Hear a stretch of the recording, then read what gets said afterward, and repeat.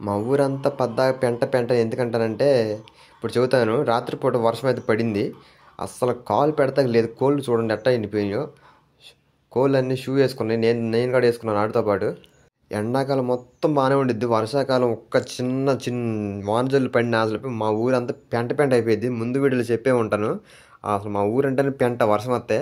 అందుకే నాకు వర్షాకాలం వస్తే మా ఊరంటే నచ్చదు అసలు. అసలు అడుగు పెడతాకే చండాలంగా ఉండిద్ది. ఈ పెట్ట చూడండి అసలు తడిసిపోయి ముద్ద అయిపోయింది. ఈ కోళ్ళు అన్ని తడిసిపోతాయి అనుకుని రాత్రల్లా నేను భయపడ్డాను. కాకపోతే ఇవన్నీ గాబు కింద దూరేసినాయి శుభ్రంగానే బాగానే. అంటే నేను ఇట్లా పైకి లేపి పెట్టాను, కింద దూరేసినాయి.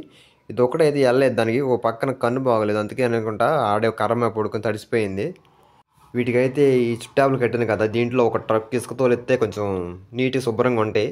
అసలు నాకే చండాలంగా ఉంది. ఈ వర్షాకాలంలో కోళ్ళకి రోగాలు వస్తాయి, ఎంత తడిసి ఎండి అట్లా వస్తాయి. ఈ తర్వాత ఇసుక పక్కన అమ్ముతున్నారు, దాన్ని అయితే ఒక ట్రక్ వేపిస్తాను.